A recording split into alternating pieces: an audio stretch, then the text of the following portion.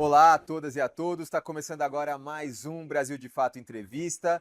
Hoje num cenário especial, também para contemplar um evento muito especial que acontece em São Paulo. É a 11ª Expo Catadores. Eu estou aqui para conversar com o Cleiton Moraes, que é presidente da Fundação Banco do Brasil. Tudo bom, Cleiton? Talvez tudo bem, muito feliz de estar aqui, né, na Expo Catadores, na 11ª, e também pela oportunidade de estar dialogando aqui com você, né, no Brasil de Fato, extremamente importante e oportuno para a gente falar um pouco sobre esse evento e falar um pouco também, né, do que a Fundação Banco do Brasil tem contribuído, né, e tem sido esse espaço também de diálogo com a sociedade brasileira. Cleiton Guimarães Moraes é presidente da Fundação Banco do Brasil, funcionário de carreira do banco desde 2009. De 2012 a 2017, trabalhou na Fundação Banco do Brasil na área de prospecção de parcerias, modelagem e assessoramento a projetos socioambientais, especialmente nos temas de mudanças climáticas, resíduos sólidos e educação. Foi eleito em 2019 presidente do Sindicato dos Bancários de Brasília e foi membro do Comando Nacional dos Bancários. Em junho de 2023, assumiu a presidência da Fundação Banco do Brasil. Obrigado por receber a gente aqui. Acho que tem bastante coisa para a gente falar, muita coisa que o Banco do Brasil tem feito e também falar sobre esse evento que é super importante. A gente está aqui no pavilhão de exposições do AMB, aqui em São Paulo. Esse evento ele é muito importante para principalmente valorizar esses trabalhadores que fazem esse trabalho tão importante de reciclagem no Brasil, né, Cleiton? Com certeza.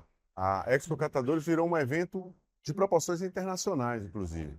Então, se pensa a reciclagem a partir dos seus agentes, né, os agentes recicladores no Brasil, que são os catadores e as catadoras, organizados em associações e cooperativas, e ou catadores autônomos, são os catadores que ainda não estão organizados na dimensão de associações e cooperativas, envolvendo o setor de uma forma geral, os grandes geradores, né, então as empresas, né, envolvendo a indústria também no processo de inclusão socioprodutiva dos catadores, envolvendo o Estado, a partir dos agentes públicos federais, dialogando na perspectiva também, né, das esferas administrativas de município e Estado também, porque a política nacional envolve esses agentes, e a sociedade civil de uma forma geral, e os investidores, que são as estatais, aqui no caso a Fundação Banco do Brasil, né, e vários outros parceiros, atores que têm compromisso com essa pauta dos catadores e das catadoras.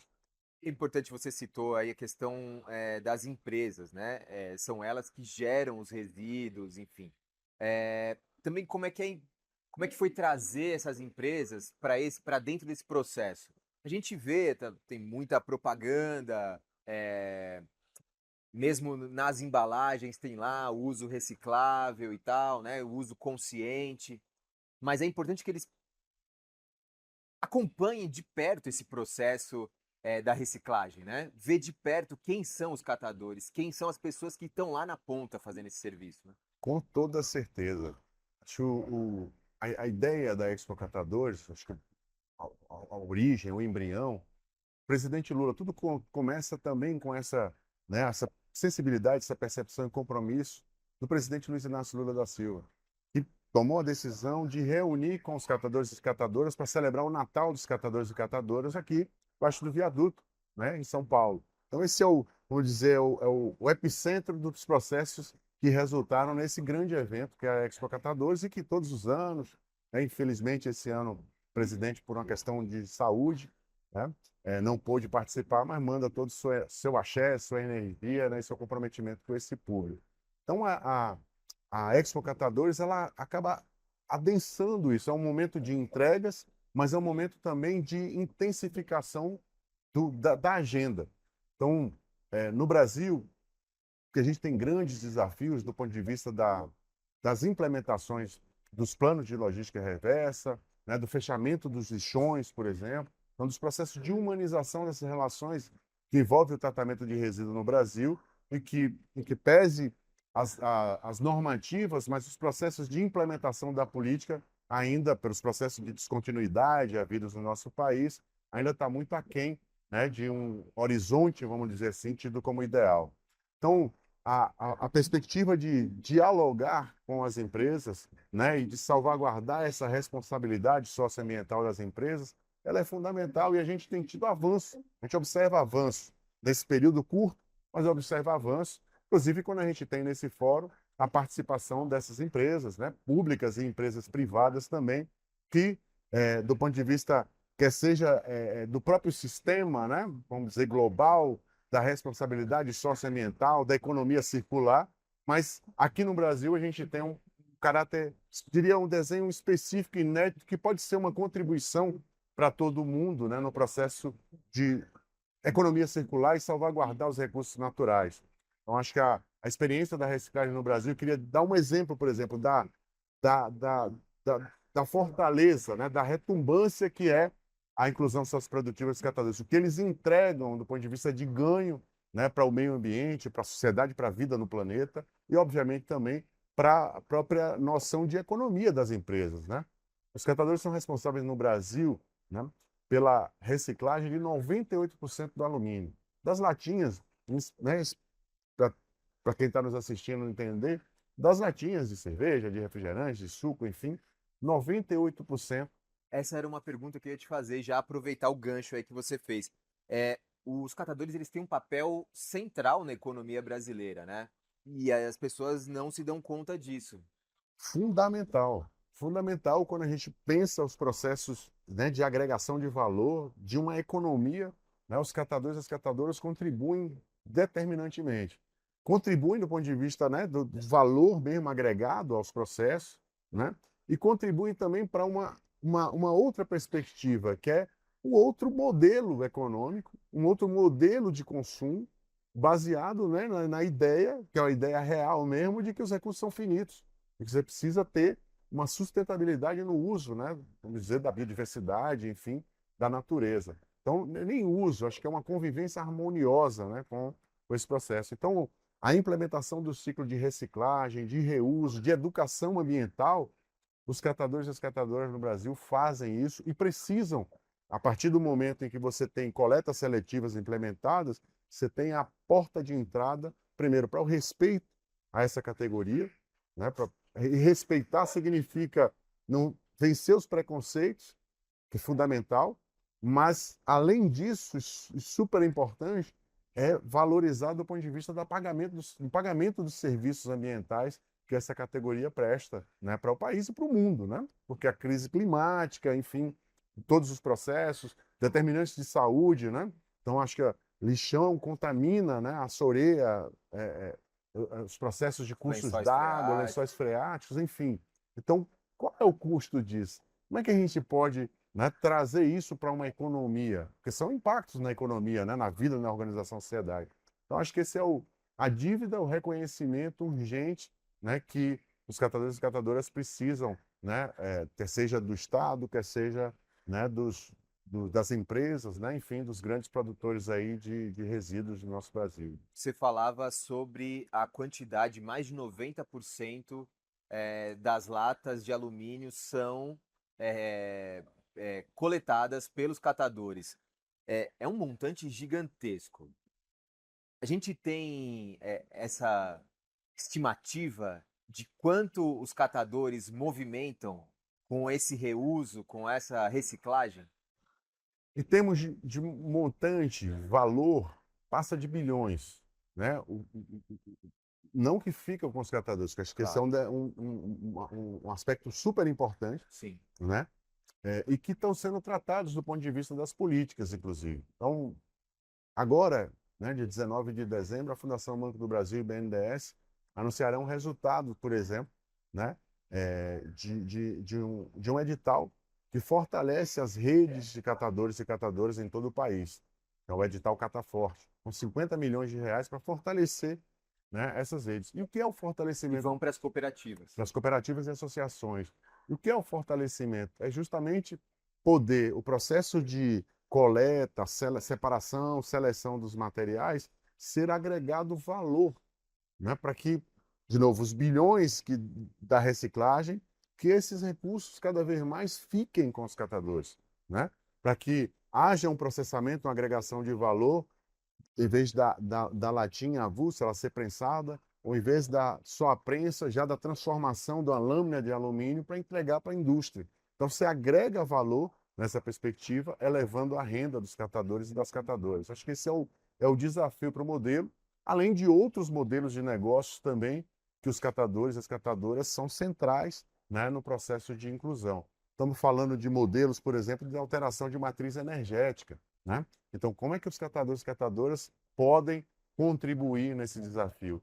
Que podem, já mostraram que têm condições de fazer isso, né? E tem toda uma capilaridade nacional pela própria processo histórico brasileiro, né? Então, a gente tem hoje aproximadamente 800 mil, de 800 a 1 milhão de pessoas que vivem, né, do processo de reciclagem no país. Então, isso é um desafio, é um problema quando a gente pensa do ponto de vista também de segurança alimentar, de analfabetismo, né? Dos processos de saída da extrema pobreza. Então, isso é um desafio, mas, ao mesmo tempo, uma grande oportunidade, porque você tem catador em todo o país, né? Por mais nos rincões de interiores, na Amazônia, mas você tem nas grandes metrópoles também catadores e catadores. Então, uma rede articulada nacionalmente, com competência, só precisa de ter valorização, né? Fomento, para que impulsione essas atividades da forma como o mundo precisa e necessita. E é uma atividade muito estigmatizada ainda, né, na sociedade. A gente está aqui com mais de 3.000 catadores vindos de mais de 26 estados. É também importante eles se olharem aqui, entenderem como funciona em São Paulo, como funciona lá no Acre, como funciona em cada local. É importante isso e também para tirar um pouco desse estigma, né? Com certeza. Os catadores e as catadoras, e aí é o processo histórico mesmo brasileiro, né? O racismo no Brasil ele é estrutural, né? E aí quando a gente pensa essa categoria aqui, tantas coisas que a gente já falou aqui, de contribuições positivas, mas são extremamente estigmatizadas, né, no processo de não reconhecimento da sociedade, né? É de um processo discriminatório. Quando a gente olha para essa categoria, de quem a gente está falando? Então, o extrato, preponderantemente, 90% da categoria são de afrodescendentes, né? E, na sua grande maioria, imensa maioria, são mulheres, né? Então, inclusive, a gente tem uma fotografia que é importante destacar de uma robustez no capital social desses grupos organizados em associações cooperativas que são liderados por mulheres. Então, o que é um processo também inovador e inspirador para a própria sociedade, né? Para o nosso próprio Brasil. E aí, você tem as mulheres também, mulheres negras, que são as grandes vítimas desse racismo estrutural que você estava comentando, que também podem, a partir daí, ter o seu sustento financeiro, sua independência financeira, sair de ciclos de violência, enfim, tem muitas portas que se abrem. Sim. E a gente vê, assim, na caminhada, olhando para o horizonte, mas sendo generoso com a gente, que o desafio ele é colocado, viver é um desafio, né? Mas também viver é celebrar conquistas, é se inspirar, né? Sonhar. E a gente vê vários, né? Pessoas ó, que estão nesse meio da reciclagem, em associações de cooperativas, ou filhos de catador e catadora, que são hoje advogados, são médicos, né? Então são contadores, contadoras, administradores, administradoras que estão fortalecendo, trazendo uma outra camada, vamos dizer, super importante no fortalecimento desses empreendimentos, né? Que vão resultar na organização, fortalecimento dos negócios, vai gerar renda, dignidade, né? Então a gente tem alguns empreendimentos que a Fundação é parceira, que a gente vê a fotografia do lixão, né? Vê a fotografia de uma cooperativa que está com muita dificuldade e vê essa nova organização também, né? Você vê o ganho de qualidade do espaço, né, de trabalho, com EPIs, com condições adequadas, com maquinários capazes de processar volumes consideráveis, né? Então, economia de tempo, produtividade, com salvaguardando também as condições de saúde, né, e vida desses catadores e catadoras, ampliando consideravelmente a renda. Então, acho que essa solução é uma solução que inspira a gente a vencer os desafios que temos pela frente, que é aquela história, né, de fato do encurtamento, né, da apropriação da política pública por todos os membros, né, federados, né? Então, estados e municípios implementando a coleta seletiva com a inclusão socioprodutiva de catadores. As empresas, sobretudo os grandes geradores, os grandes eventos, temos dito, né, inspirado até na Lélia Gonzalez, as festas populares. Como é que são as festas populares no nosso país? Carnaval, que está aí se aproximando, São João, Ano Novo, né? Como é que está a dimensão desses trabalhadores nesses eventos? Existem contratos que salvaguardam o serviço ambiental que ele é prestado? Existem equipamentos? Como é que está isso? Então, a Fundação também se lança nesse desafio, juntamente com o movimento, né, com as entidades representativas, com o próprio Estado, né, no sentido de incutir, de trazer, de fazer com que essa pauta se amplie. Porque essa pauta se ampliando, primeiro, é visibilidade, é supressão dessa violência estrutural, que é do racismo, da discriminação, e geração de renda e oportunidades para os catadores. Também para as marcas, né, envolvidas que estão fazendo esse processo o processo reverso, né? Importantíssimo também para a marca, né? Também acrescenta para a marca. Mas você me deu um gancho aí em algum momento sobre a crise climática que a gente vive. E eu acho que os resíduos sólidos, eles são centrais, né? Nessa produção, seja da contaminação dos lençóis freáticos, seja nos lixões, seja nos acúmulos em rios, etc., na poluição que a gente tem dos rios, enfim. É, Como é que você vê esse momento chave para o mundo? Porque a gente já nós temos a crise climática mas na nossa frente, não tem nada de academia falando que daqui não sei quantos anos, 1 grau e meio. Já aconteceu, já é uma realidade para a gente. E a gente deve levar isso adiante por muito tempo. Qual que é o papel desse trabalho feito pelos catadores, também pela Fundação Banco do Brasil, na mitigação da crise climática? Ótima reflexão e oportunidade. Assim. Acho que quando a gente pensa na geração de resíduos sólidos, a gente tem ali, do ponto de vista dos aterros, dos lixões a céu aberto, tem isso que você já destacou, que é a contaminação a partir do chorume, né? Contaminação dos lençóis freáticos. E aí é importante, a Fundação está vindo de uma experiência internacional, foi convidada para integrar a delegação brasileira na COP16 na Arábia Saudita. Então, tivemos lá, representando a Fundação, dialogando com vários circuitos, né? Da organização da sociedade civil mundial, global, mas também com representações de Estado, né? Universidades, enfim, outras fundações, no sentido de como que a experiência brasileira, na convivência com o semiárido, por exemplo, né, ajuda nas trocas, né, a implementação da agenda global para um processo de salvaguarda do planeta e da vida, né, a vida no seu conceito mais ampliado. Então, e lá a gente falava, teve a oportunidade também de tratar disso. O Brasil, nos últimos 20 anos, tem os cursos d'água têm sido enormemente impactados. Se a gente pega o dado, por exemplo, do Pantanal, houve um recuo da superfície líquida no Pantanal da ordem de 40%. 40% da perda da massa líquida no Pantanal. As secas no norte agora Então, a destruíram. Amazônia, né? Enfim, então, a produção desses lixões, ou não o tratamento a partir da educação ambiental, gera gases de efeitos tóxicos, né, que destroem a atmosfera, etc, etc. Então, gás metano, enfim. Então, o não tratamento dos lixões, a não inclusão, né, da educação ambiental. Estou frisando muito a questão da educação ambiental, porque é a origem, Sim. né? Juntado com a responsabilidade, de fato, socioambiental das empresas, os grandes geradores, com o processo de educação, monitoramento do Estado a partir dos seus órgãos de controle e tal, acho que a gente tem, com a centralidade da agenda da inclusão socioprodutiva dos catadores, a gente tem, vamos dizer assim, as reuniões, o conjunto de atores no momento certo, o desafio da agenda, né, global aí de salvaguarda do meio ambiente, para que a gente possa implementar positivamente essa agenda no Brasil e ela ser uma agenda que possa ser reaplicada mundo afora, né? Então, acho que é isso. E a Fundação tem trabalhado nessa perspectiva, né,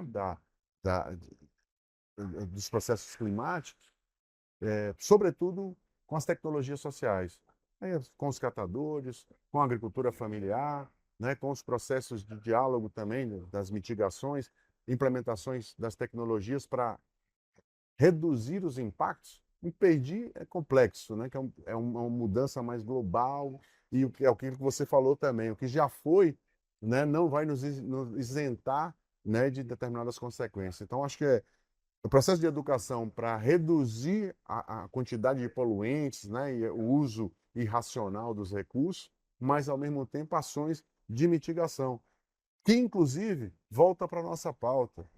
Obviamente que o processo de resposta do planeta, né, para as crises climáticas, ela pega a todos, mas não na mesma proporção. De novo, você tem um racismo ambiental, porque as populações periféricas, no nosso caso, do país, afrodescendentes indígenas, são as que pagam muito mais fortemente o pacto, né? Sim, com certeza. Eles estão na ponta dessa crise que é absurda mesmo. Cleiton, a gente vai para um rápido intervalo e a gente volta para o segundo bloco do BDF Entrevista de hoje.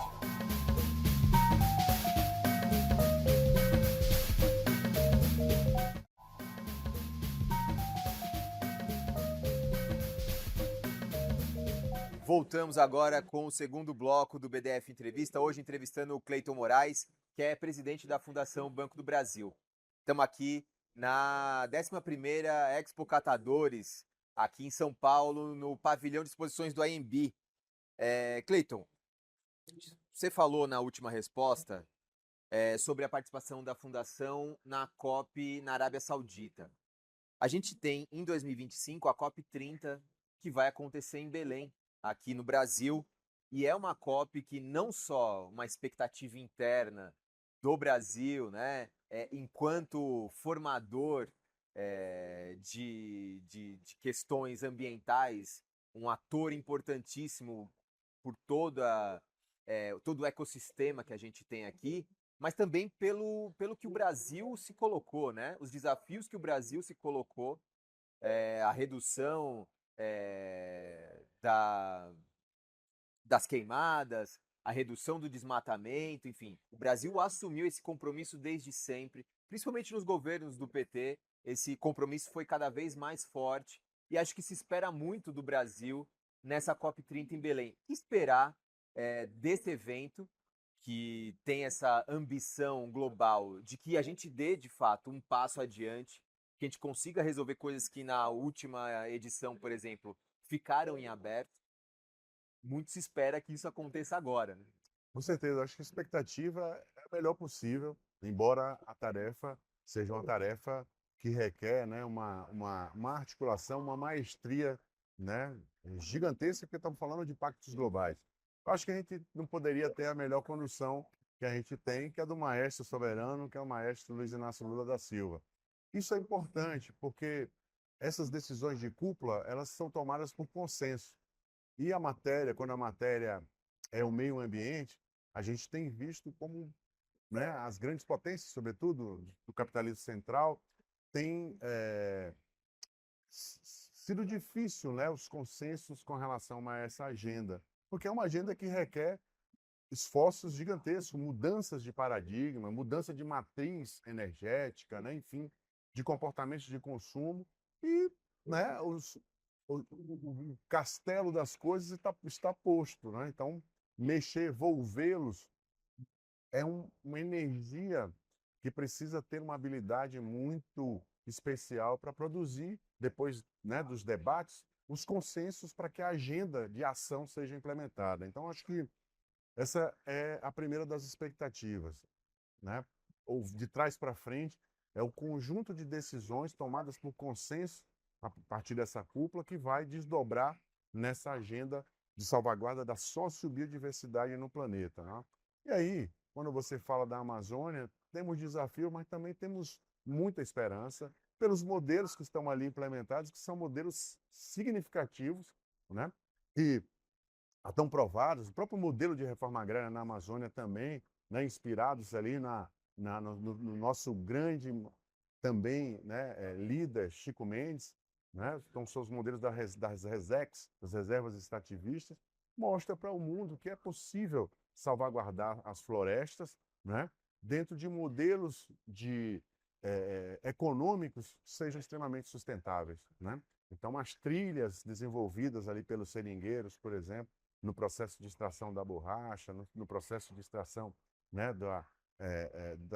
das sementes, né, enfim, das castanhas, demonstra isso, atesta isso, que é possível salvaguardar o meio ambiente, né, o planeta, os cursos d'água, né, enfim, toda a biodiversidade, e, ao mesmo tempo, impactar positivamente na geração de renda e riquezas, né? Então, acho que esse conjunto de ações de comunidades quilombolas, de comunidades indígenas, né, reforçam essa agenda de salvaguarda. Os desafios também. Acho que é uma oportunidade também do Brasil e do mundo ver as contradições que tem sobre o modelo vigente econômico de exploração na Amazônia, né? Então, a Amazônia é, ao mesmo tempo, esse caldeirão de riquezas, mas também tem as suas mazelas, né? O próprio distrato, invasão de terras, né, O quilombolas, das garimpo, né? reservas, os garimpos ilegais, o desmatamento ilegal. Não? Então, são desafios que o mundo, né, precisa entender e, a partir desses consensos, né, implementar uma agenda global de salvaguarda da biodiversidade no planeta, né? E aí, acho que as experiências que a gente tem, consolidadas nos territórios ali, partidos públicos tradicionais da Amazônia, são muito inspiradoras, né, para o mundo. Acho que, assim, temos uma oportunidade também de inspirar positivamente. É um processo de troca, obviamente, de aprender, né, com o que o mundo tem feito de, de potência para salvaguardar o planeta, né, a biodiversidade, mas também de mostrar para o mundo as soluções milenares, né, que o sistema de vida complexo na Amazônia, na Caatinga, no Cerrado, nos diversos biomas que a gente tem no nosso país, e que são biomas que pedem socorro, né, porque são biomas que estão, infelizmente, extremamente atacados pela ação antrópica, né? Então, acho que a COP gera esse desafio, né, o desafio de uma agenda positiva, propositiva, de investimentos, né, de adensar investimentos.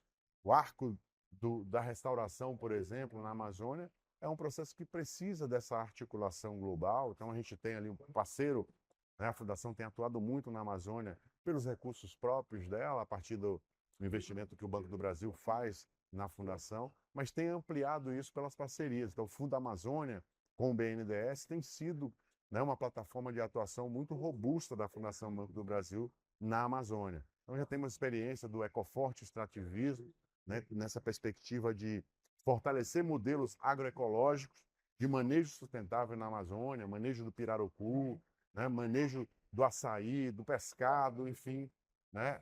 Da mesma forma também que é um paradoxo, a Amazônia, aquela universo, né, de água, o universo das águas, mas são águas que estão contaminadas para o uso humano.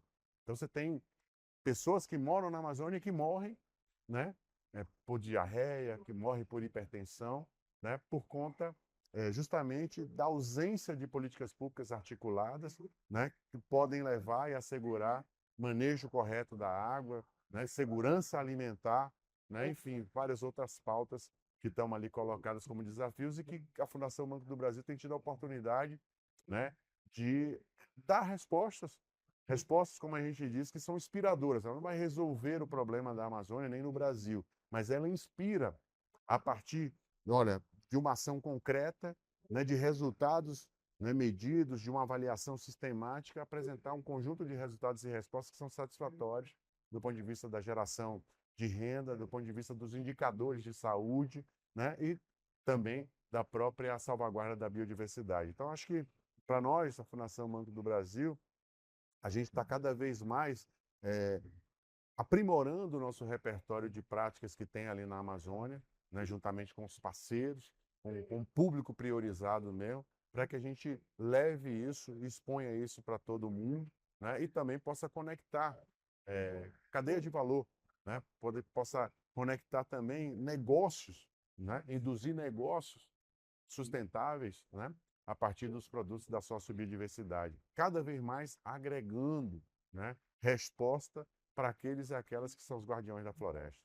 E é pelo exemplo que também se contribui muito, né, para o processo. É mostrar que está fazendo, que é possível fazer, e é aí que a gente avança. Você falou sobre o Fundo Amazônia. O presidente dos Estados Unidos, Joe Biden, visitou a Amazônia pela primeira vez. Não sei se foi a primeira vez de um presidente estadunidense em território amazônico. E eles falam com essa distância, e é importante pisar, né, na região. A gente tem substituindo o Joe Biden, o Donald Trump, que já disse algumas vezes que ia retirar os Estados Unidos do Acordo de Paris, né, e dos acordos climáticos que o país está envolvido. Qual que é o papel dos países mais ricos, ô Clayton, e das instituições financeiras também na mitigação das mudanças climáticas? Digo que ele é decisivo. É decisivo. Embora a analogia de que a lógica, né, de produção de valor da economia desses países da economia central está encastelada no modelo que é de uso irracional dos recursos humanos, dos recursos da natureza Também. e das pessoas, né? Não de recursos humanos, das pessoas. Exploração É, humana também é um grande problema. exatamente. Então, acho que existe uma convulsão na agenda global.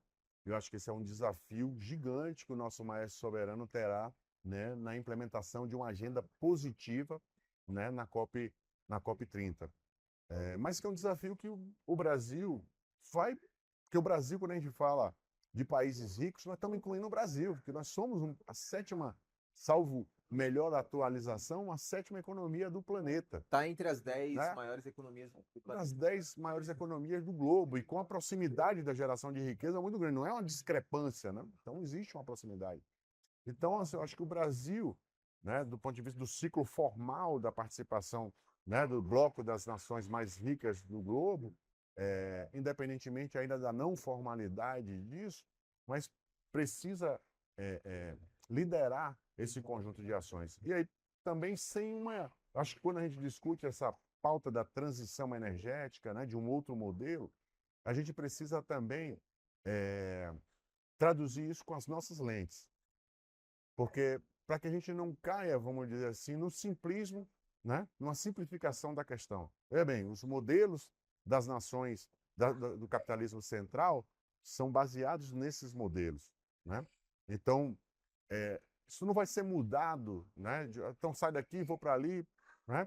Então é um processo de posicionamento estratégico. E a gente tem, falando dessas oportunidades, a gente tem na matriz energética, por exemplo, energia elétrica. Nosso modelo preponderantemente a partir das usinas, né? E existe própria ASA, Associação do Semiárido, e uma rede que integra ali os movimentos na forma geral, né? Tem proposições, por exemplo, do sol, né? A energia fotovoltaica, né? De ser uma apropriação, uma potência do Brasil, os trópicos, né? Sol em abundância, o sol que é um problema passa a ser um aliado, né?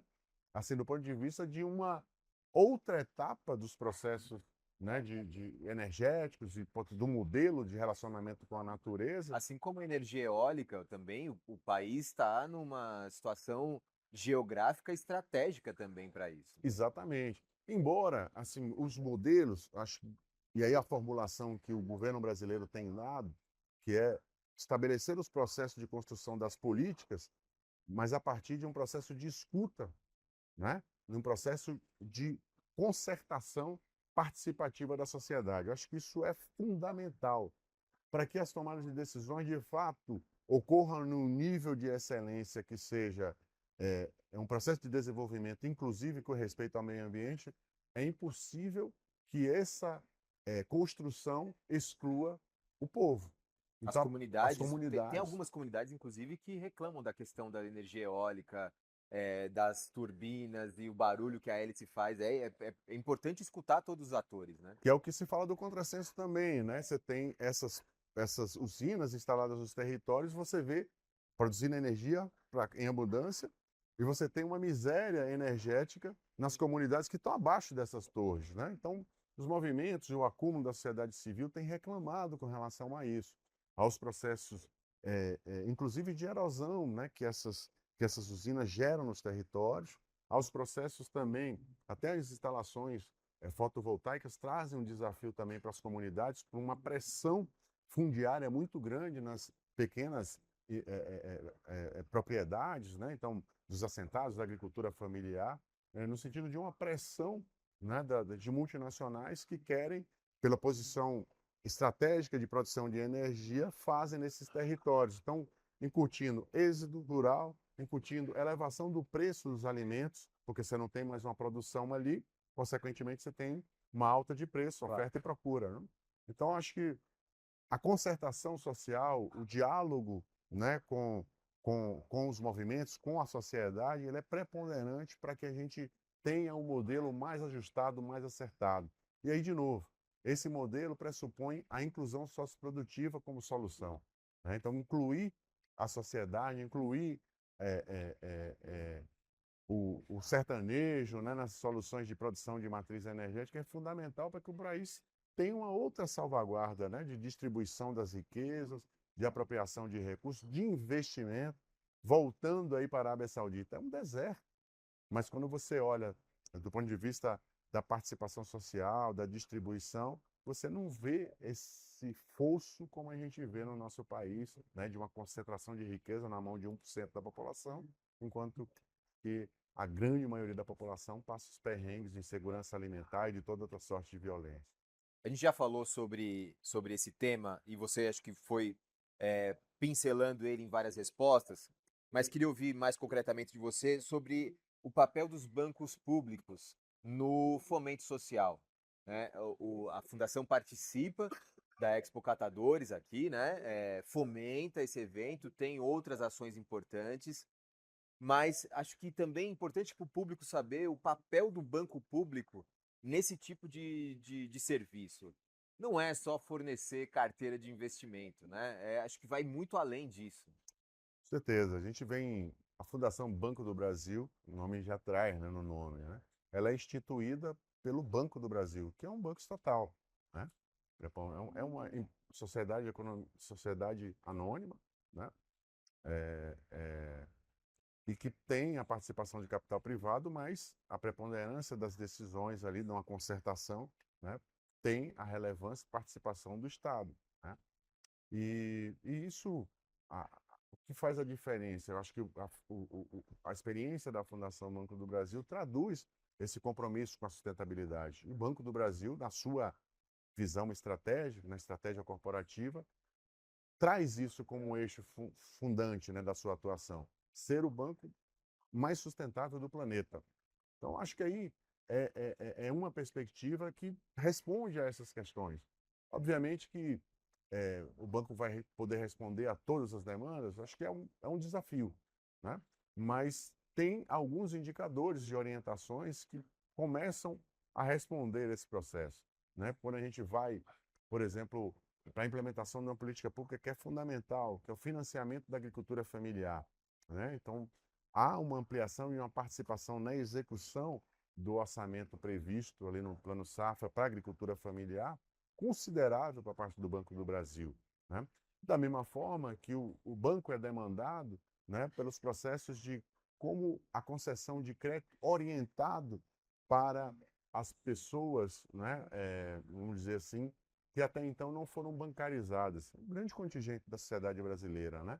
Fazer uma boa gestão do crédito, um crédito para um fomento da economia popular, Mais né? consciente. Mais consciente, que voltado para o consumo, mas também voltado para estruturar negócios que gerem renda e que contribua fundamentalmente para essa que eu acho que é um compromisso e uma orientação central, né, da agenda da Fundação Banco do Brasil, inspirada pelo próprio chamado, né, do governo federal, é, que é a superação da extrema pobreza no Brasil. Então, acho que o crédito, o microcrédito, né, ele tem um papel fundamental para salvaguardar esses pequenos arranjos, né, produtivos que existem nas comunidades, mas que são fundamentais para dar resposta às demandas dessas comunidades e gerar e fazer circular a renda, né, nessas comunidades. Eu tive, por exemplo, aqui em São Paulo, estamos em São Paulo, a oportunidade de ir em Heliópolis, né, e ver essa pujança. São mais de 15 mil salões de beleza, né, de Numa cabeleireiro, cidade, numa né? cidade, né, que se articula. As pessoas têm o direito de serem belas, né, de se organizar, né, de estar com o cabelo, né, aparado no melhor estilo, né, para sua autoestima, enfim. Então, acho que essa economia que gera nessas comunidades, impulsionada por um crédito orientado, né, impulsionada também por fortalecimento de empreendimentos coletivos, que é o terreno, o território que a Fundação chama para si, para dar a contribuição para para a superação desses indicadores, para a implementação e alcance dos ODS, né? Acho que é fundamental, né, ter cada vez mais políticas públicas, ações direcionadas a isso. E os bancos públicos, falo aqui das concertações que a gente vê aqui na Expo Catadores, Banco do Brasil, Caixa Econômica Federal, Banco Nacional de Desenvolvimento Econômico e Social, o BNDES, são parceiros e estamos aqui, os signatários, né, desse território que hoje a gente discute aqui na Expo Catadores. Participam, têm compromisso com a agenda. Então, acho que lideram, né, e positivamente a gente deseja que sejam inspiradores também para que o sistema financeiro nacional adense, né, essa perspectiva de impulsionar o crédito, né, de atender às pessoas por meio de educação financeira e acesso facilitado ao crédito. Importante dizer também, né, até do ponto de vista da, da, da ânsia, né, do apetite voraz do sistema financeiro com relação às taxas, né, etc, etc. De chegar num consenso também de um modelo de desenvolvimento nacional, que precisa ser inclusivo. E para isso, o sistema financeiro menos voraz, né, mais soberano nessa perspectiva de responsabilidade é fundamental. E os bancos públicos têm, ao nosso ver, né, essa oportunidade e essa direção a partir, né, do seu controlador, que é o Estado brasileiro, de impulsionar essas dinâmicas. Cleiton, a gente vai para um último intervalo e voltamos já com o BDF Entrevista de hoje.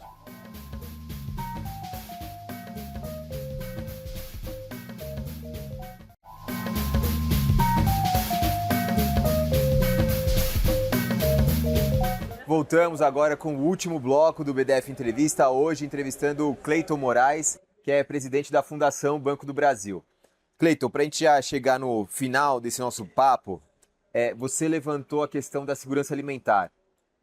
A Fundação Banco do Brasil tem um papel importante aí. A gente tem dados no Brasil, acho que agora os nossos indicadores melhoraram significativamente nos últimos 1 ano e meio, 2 anos, mas a gente chegou a ter metade da população brasileira com algum tipo de insegurança alimentar. Qual que é o papel da Fundação nesse processo? Também falou da reforma agrária. A reforma agrária é central, a agricultura familiar, os pequenos agricultores são centrais para a produção de alimentos no Brasil hoje, né? Com certeza. A Fundação, ela no passado, né, quando o Brasil pela primeira vez saiu do mapa da fome, ela foi chamada a dar suas contribuições. Entre os anos 2003 e 2006, né? Foi chamada a dar sua contribuição e a gente fez isso por meio de parcerias ampliadas, por meio da ativação daquilo que é o, vamos dizer assim, o coração da atuação da Fundação, que são as tecnologias sociais. Então ali a gente, essa ideia da rede de tecnologias sociais, juntar pessoas, juntar instituições, próprio tema da convivência com o semiárido, né? Então as cisternas implementadas, gerou uma oportunidade de mudança da paisagem do semiárido e de todo, né, o território também. Então a partir da produção agroecológica integrada sustentável, que era um modelo daquela mandala, né, das hortas circulares, se conseguiu levar alimento saudável para a mesa dos brasileiros, sobretudo aqueles brasileiros e brasileiras que estavam em segurança alimentar grave. Tivessem acesso a esse tipo de alimento, né? Exatamente, que até então a dieta verde, né, já trazido, né, em Casagrande e Senzala, né, nos grandes clássicos do pensamento brasileiro, né, de que a dieta verde é uma dieta para poucos no Brasil. E é um contrassenso, um país de biodiversidade gigante não ter dieta verde. Né? Então, acho que aqueles modelos e aquela participação na Fundação foi fundamental, né, para que a política pública escalonasse Brasil afora e produzisse resultados. E, de novo, a Fundação Banco do Brasil é chamada a reaplicar tecnologias sociais. Então, no âmbito da pandemia, os arranjos comunitários a partir das cozinhas solidárias asseguraram, né, segurança alimentar para a população. Então, a gente tem a oportunidade de, junto com o governo federal, uma parceria com o Ministério do Desenvolvimento Social, né, e combate à fome, liderado ali pelo ministro Wellington Dias, de estar a Fundação ajudando a implementar as cozinhas solidárias no Brasil. Então, projeto inicialmente piloto, em que a gente vai fortalecer, né, as questões de equipamentos das cozinhas solidárias no Brasil. Então, funcionava de forma precária, né, as cozinhas, então, o fogão não eram fogões industriais, o armazenamento não era por freezers adequados, geladeiras que às vezes, né, funcionando em condições precárias. Então, a Fundação, juntamente com o MDS, chega para equipar essas cozinhas e conectar a agricultura familiar de assentados no processo de cessão, né, entrega de mantimentos não processados ainda, né, da agricultura familiar, via Programa de Aquisição de Alimentos, PAA. Então, tem um outro grande parceiro, que é a Conab, que fecha esse ciclo.